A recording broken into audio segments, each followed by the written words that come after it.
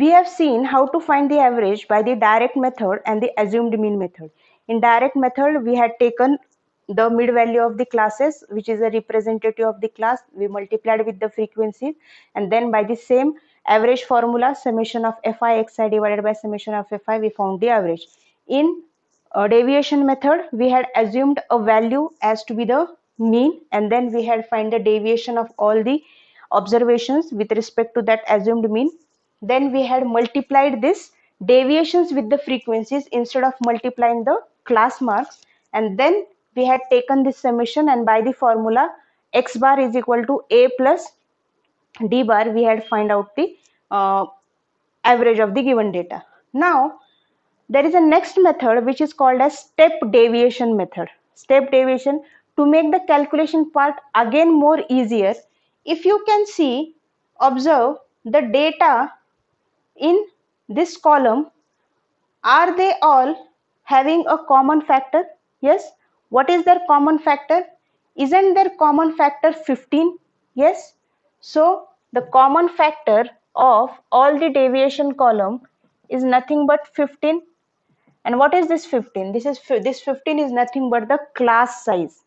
Okay. So the next logic which we are using it here is, when you find the deviations, all the deviations will have a common factor, and that common factor is nothing but the class size. Okay.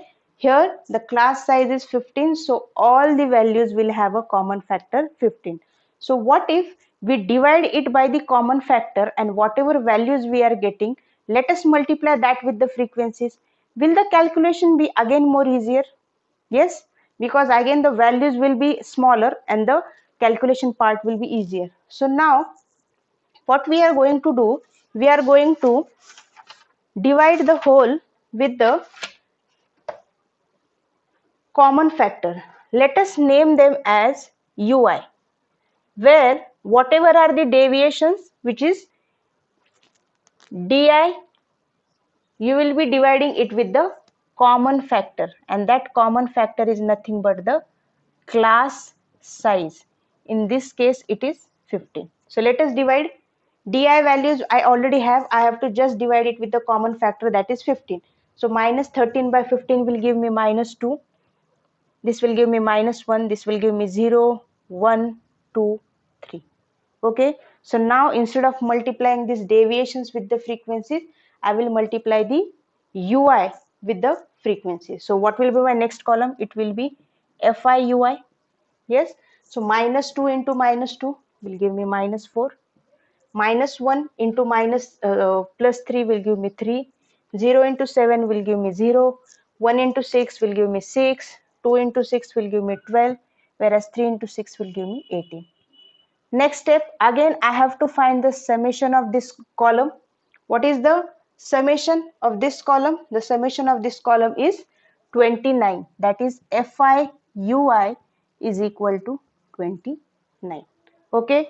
Now by the same way as we have derived the formula for the deviations, we are going to derive the formula for the step deviation method also. Okay, so what is the formula for the assumed mean? X bar is equal to a plus d bar, where d bar is summation of fi di upon fi. Similarly here, what is your fi ui? It is 29. Okay, I will write it here, the formula. It is a little big. So now summation of fi ui divided by summation of fi. What it will be representing? Will it be representing u bar? Similarly, as we represent summation of fi xi by fi as x bar. Ui is what? Let us replace it with whatever value you have. So summation of fi ui is nothing but my di upon common factor. Okay. So instead of di, I will write it as xi minus a, because that is what the value. And let us denote the common factor as here h. Okay, we have to consider some variable for deriving a formula. Okay, now again just go on simplifying, multiply with fi, so it will be summation of fi xi. Let us take this 1 by h. Now since h is a common factor, that is a class size which is a constant, I can take this h outside the bracket. So I will write it as 1 by h summation of fi xi minus summation of fi a divided by summation of fi, and this is my value of u bar. Okay, again separating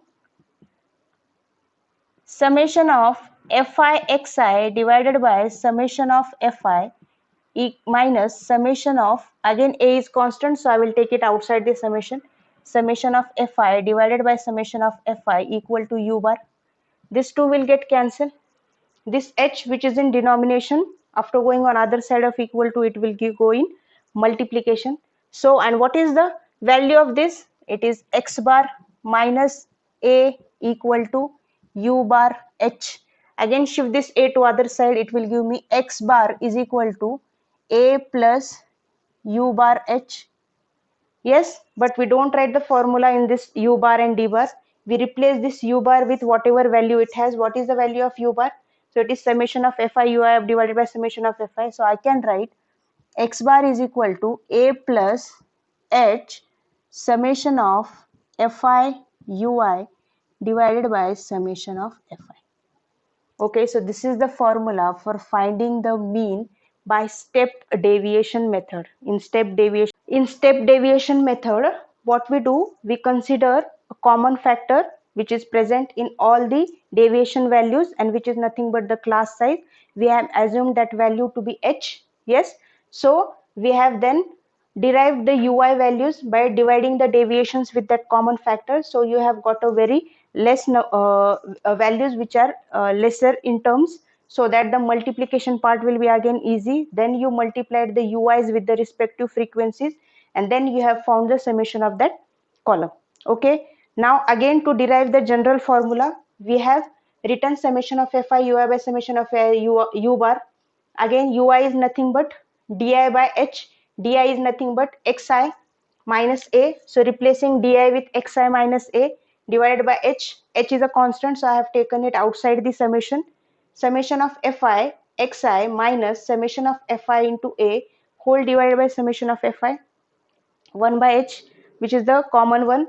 Separating summation of fi to both the values, this is value of x bar, a is constant, this two will get cancelled, and u bar, this h after going on that side will become will go into the multiplication, and therefore x bar is equal to a plus u bar h, wherein u bar I will again replace it by its original value. Now let us find the value of this example with the same formula. Therefore x bar is equal to, what is my assumed mean? 47.5.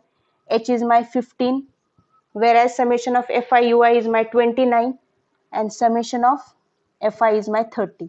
So 15 2s are 2 1s are 2 4s are 8, 14.5, which will again give me the value as 62. So again you can see by this method also you have got the same value of mean which you have got by direct and the second one assumed mean method.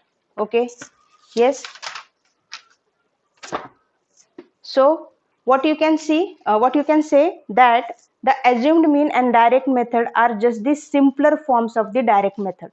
We are doing the calculation on the same values. We are just making the calculation part easier.